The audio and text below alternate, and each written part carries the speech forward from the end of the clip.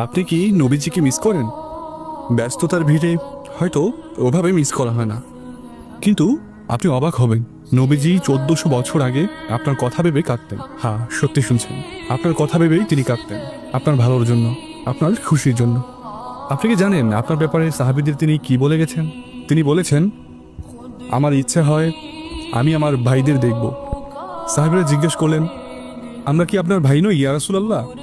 তিনি বললেন, তোমরা আমার সাহাবী, আমার ভাই তো তারাই যারা আমাকে দেখেনি অথচ আমার প্রতি ঈমান এনেছে।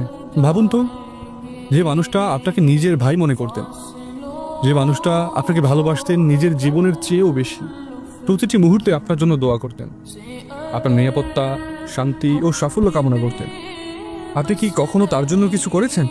কখনো তার চোখের অশ্রু, তার হৃদয়ের ভালোবাসা অনুভব করতে পেরেছেন? অথচ তার ভালোবাসা এত বিশাল ছিল, এত নিঃস্বার্থপূর্ণ ছিল যে আপনার মুক্তির জন্য তিনি নিজের সব কিছু বিসর্জন দিয়েছিলেন। আপনি হয়তো ব্যস্ততার কারণে তাকে ভুলে থাকি, অথচ হাজারো প্রতিবন্ধকতা ও ঝুঁকির মাঝেও তিনি আপনাকে কখনো বলতেন না, আপনাকে স্মরণ করতেন হৃদয়ের গহীন থেকে। আজও যদি আপনি শুধু এক মুহূর্ত থেমে তার কথা মনে করেন, তার ভালোবাসা অনুভব করেন, আপনি পাবেন সেই শান্তি যা পৃথিবীর কোনো কিছুর সঙ্গে তুলনীয় নয়।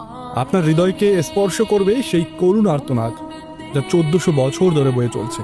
আপনি অনুভব করবেন সেই ভালোবাসা যা কখনো শেষ হয় না।